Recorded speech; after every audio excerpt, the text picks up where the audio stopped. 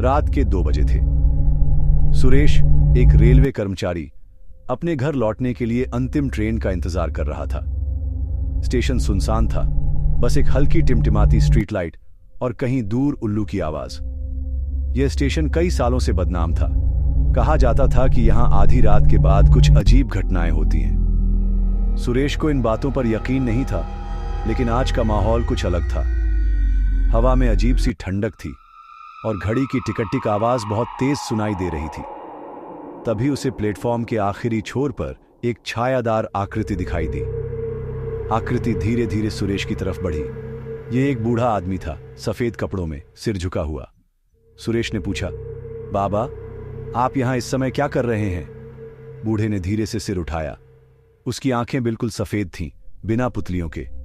सुरेश का दिल जोर से धड़कने लगा।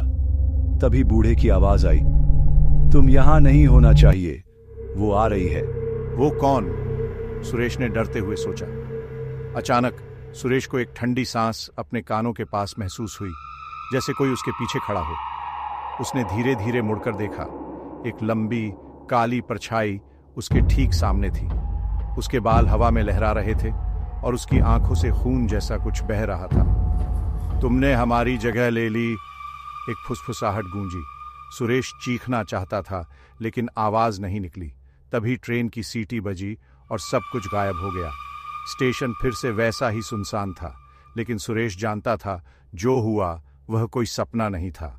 अगले दिन अखबार में खबर आई, रेलवे स्टेशन पर एक कर्मचारी की रहस्यमय मौत, चेहरे पर अजीब खरोंच के निशान। वो